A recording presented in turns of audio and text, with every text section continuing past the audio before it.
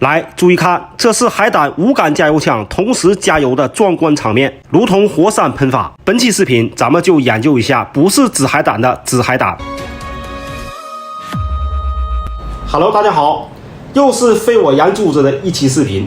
自从解剖完藤壶以后，我这个眼珠子算是调整好了啊。今天继续，紫海胆每个人都爱吃，但我手里拿的这只，它可不是真正意义上的紫海胆。虽然它的颜色是紫色的，其实它真正的名叫光棘球海胆，主要产自北方海域。而真正的紫海胆，它就叫紫海胆，主要是在南方海域，完全是两个东西啊。这个季节是光棘球海胆最为肥美的时候。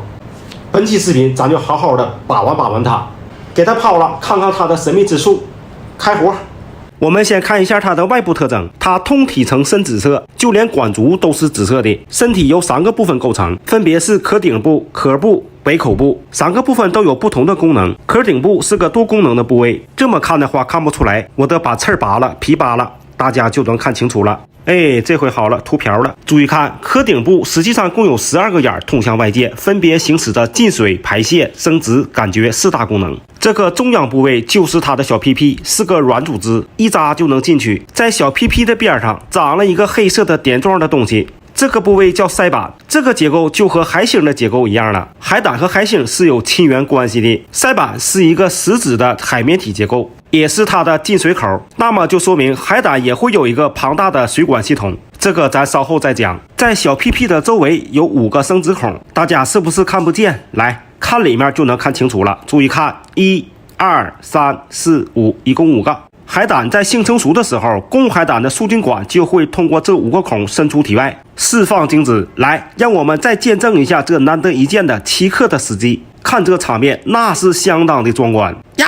完了，手机掉水里了，我这心呐拔凉拔凉的呀。换个手机继续。如果是母的，排的就是卵子。你们肯定想不到，刚孵化的海胆宝宝就像一个宇宙飞船，在水中浮游。1周以后，经过变态发育，会逐渐长出很多的腕，然后身体慢慢的变圆，体内分泌的含钙石灰物质会加固外壳和腕，最终形成小海胆。好了，讲了7个眼了吧？还有5个眼在哪呢？来，注意看，在5个生殖孔相间的部位，还有5个小眼，也就是眼点，但不是真正的眼睛。腹水管的末端会通过这5个眼伸出来探测外界的环境，是一个感觉器官。下面我们讲一下壳部。壳体是由20块石灰质材质的壳板组成，每块壳板又是由100多块细小的壳板拼接而成。这带眼的部位为布袋区，就是管足生长的地方；不带眼的部位为间布袋区，是棘刺的生长区域。棘刺就长在这些油突上。油突是一个胯骨轴子的结构，棘刺的基部为凹形，与骨板的凸起正好嵌合，加上鸡皮中起到润滑功能的粘液，便可360度的旋转。这些鸡皮中含有嗅觉细胞，海胆通过摆动这些刺来获得气味。这个部位称为尾口区。嘴的周围有向外凸起的点状物，这是它的鳃。呼吸主要是靠口气，也就是亚里士多德提灯的运动收缩，使体液进入鳃进行气体交换。提灯被周围的肌肉组织所固定。我们看一下提灯的具体结构，分别由5片牙齿、颚骨、小桡骨组成，骨片之间被间隔肌所固定，里面是食道。牙齿非常的锋利，是由含镁的方结石晶体构成。这种结构的特性就是遇到硬物撞击所产生的断裂面是一片一片的崩裂形态，这就是海胆牙齿永久锋利的原因。好，我们再看一下海胆的水管系统。海水通过鳃板将过滤好的海水经食管到达环水管，这个环水管看不清，咱换个大的啊。仔细看，是一个环状的透明部位，这个就是环水管。再由环水管流入腹水管，腹水管把水注入到痰囊，也就是壶腹，最终到达管足。水管系统主要起到的就是一个运动功能。海胆的运动方式与海星、海参是一样的，都是抽真空的原理。壶腹膨胀会将管足的水抽走，管足与物体接触面形成真空，就会牢牢的吸住。壶腹收缩给管足注水，真空消失，自然就松开了。这回明白了吧？最后这些黑色的东西就是它的肠道，里面都是未消化完的食物，不能吃。能吃的部位只有一个，就是黄色的生殖腺。我们处理海胆的时候，先把天灵盖用剪刀剪开，然后水龙头开小溜，用镊子一边冲洗一边扒拉，将肠道剥离开。水溜千万别开大，要不然黄就冲走了，这样就好了啊。重点来了，如何挑选肥嫩的海胆？第一，看季节，6到9月份吃紫海胆，4到5月份吃马粪海胆。10月份到来年3月吃黄海胆。第二，看形态，挑这种嘴突出、刺活跃、粗短的。如果生殖孔能冒出白浆或者黄浆的，那肯定就是满黄的海胆。好了，这期咱们就到这里，咱们下期再见，拜拜。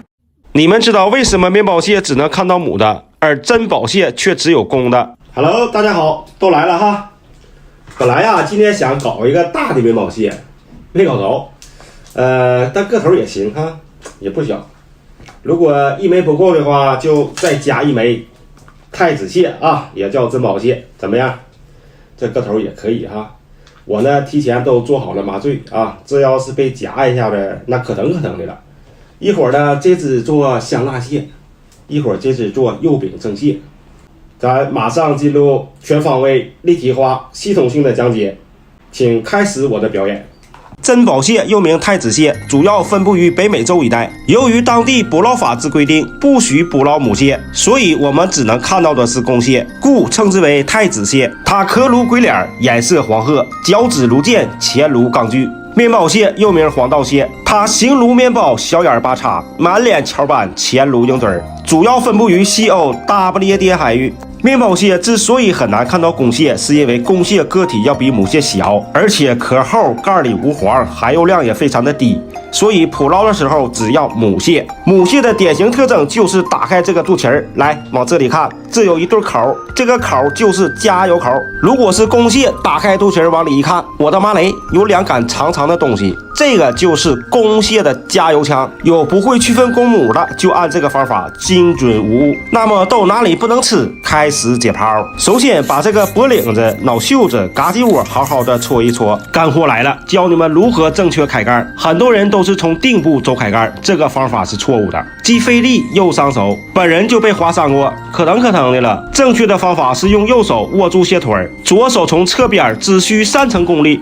哦吼，哎，就麻溜的打开了，流出来的液体是螃蟹体液和血液的混合液，因血中含有血蓝蛋白，死后遇氧气则变成蓝色，而且会呈果冻状。大寒之物不能吃，蟹腮大家应该都知道不能吃，蟹心乃大寒之物不能吃。要注意的是，这两边有2个血囊，大寒之物不能吃。蟹胃里面都是奥利给，不能吃。肚脐儿臭烘烘的扔掉，嘴丫子埋了8胎的扔掉，最后去掉脚趾盖，蟹钳拍碎，蟹身轰碎，边上修形，要不然支棱八翘的。重点来了，开始制作。首先做香辣蟹，拿出我82年的屠龙大马槽，烧油啊，烧到6成热就行，别学我啊，我练过。下锅炸之前，刀口处沾点淀粉，锁住水分，炸至金黄，捞出备运。热锅娘油，炒香干辣椒和麻椒粒，把这些零散码事的料头搞里头，炒香，再加入1勺豆瓣酱，半块火锅底料，1勺老干妈，炒香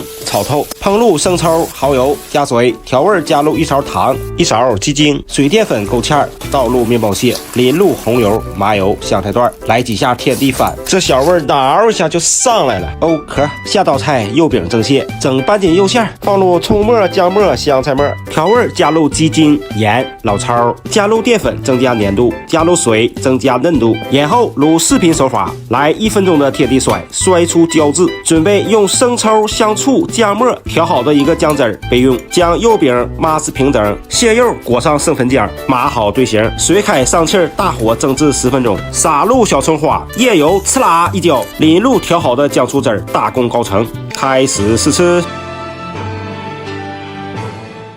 Hello， 大家好，都来齐没？马上开始试吃啊。面包蟹呢，咱做的是辣炒啊，一般像咱们这种20多岁的大小伙子都爱吃。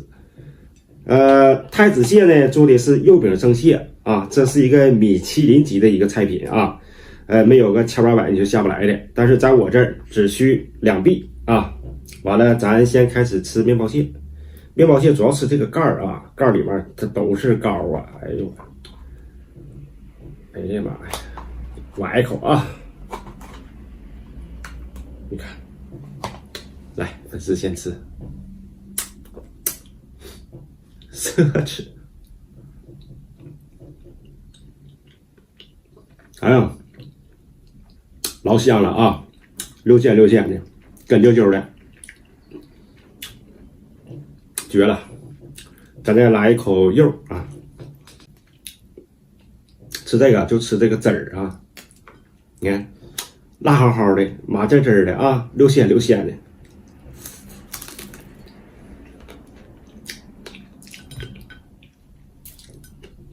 这肉不好吃啊，没有飞蟹鲜，发柴啊，不推荐。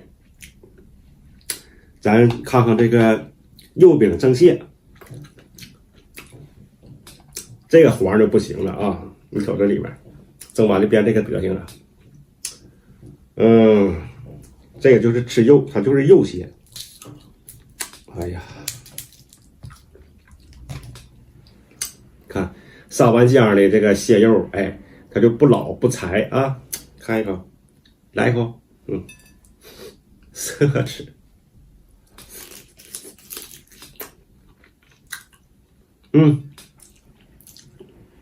这个就明显不一样了啊，肉啊就特别紧实啊，这个就是柴，你一点味儿没有，是吧？啊，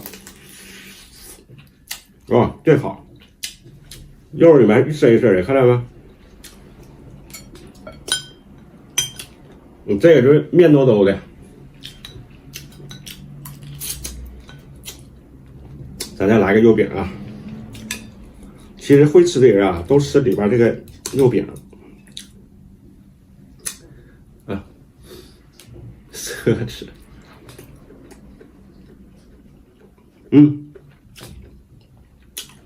绝了啊！肯定比那个包子馅好吃。不仅有肉的香，而且还有蟹的鲜啊，嚼起来口感的就是特别筋道啊，哎，咸个汁儿的，非常不错。